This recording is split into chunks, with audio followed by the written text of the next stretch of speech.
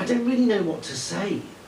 You know, for the first time in my career, there are no words or expletives that can do this situation justice. War crimes are happening right now, from where I'm sat, about 1,000 miles that way.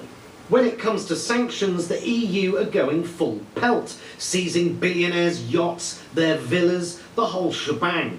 Problem is, of course, they're still paying Russia for 40% of their gas, 350 million euros a day. So Putin has no shortage of cash rolling in to finance his war machine. And if Europe gets too whingy, he can just turn the gas off. So Putin's got Europe by the short and curlies. What? Pubes. Here in the UK, we don't have quite the same problem. Only 5% of our gas comes from Russia. Here, we're reliant on something far more precious: Russian money. For 20 years, Putin has been using illicit money to fund an oligarchy of billionaires to keep his corrupt regime in power. And for 20 years, those Kremlin-approved oligarchs have been coming here to invest their ill-gotten gains via a loophole that allows people to buy property in the UK anonymously. These are homes valued at tens of millions of pounds, a cluster of Russian jewels. Welcome to Londongrad, Moscow-on-Thames. 87,000 homes in Britain were bought through offshore companies by anonymous millionaires. At least £1.5 billion worth of those are owned by Russians with direct links to the Kremlin. London is the money laundering capital of the world, bar none. What an accolade! The London Laundromat, a one-stop corruption shop for anyone who needs to hide their money away with no questions asked. We have let it happen for years because it's how the UK makes money. It's the only industry we have left. Without it, we'd just be a car park for France. Open Britain, where anyone, arms dealer, drug dealer, people trafficker, warlord, or in this case, hundreds of Kremlin-backed millionaires can rinse their dirty money clean by buying up the most expensive houses in London. And, for the most part, leaving them empty, which inflates the market so much that the rest of us have to sell a kidney just to buy a shed.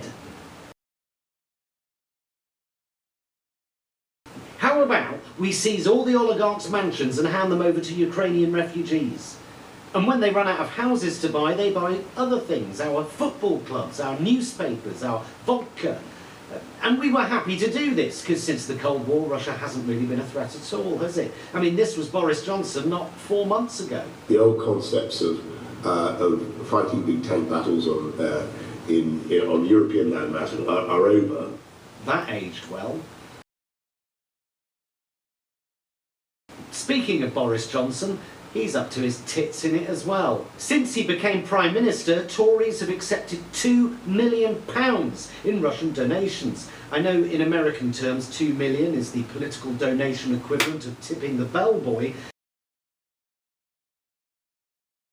but here we're much more strict. We put a limit on the amount of dirty, illegal, kleptocratic money that our main political parties can take, which has an upside for Putin because it means British politicians are incredibly cheap to buy. In 2020, 14 members of Johnson's government received Russian cash. The Tory party chairman even runs a luxury concierge service that helps oligarchs buy property in London. For years, our government was handing out golden visas to hundreds of millionaires, many with close ties to the Kremlin, buying entry to our country and then influencing policy with their fat checkbooks. So of course, while the oligarchs' yachts and villas in Europe have been seized, their London mansions remain untouched.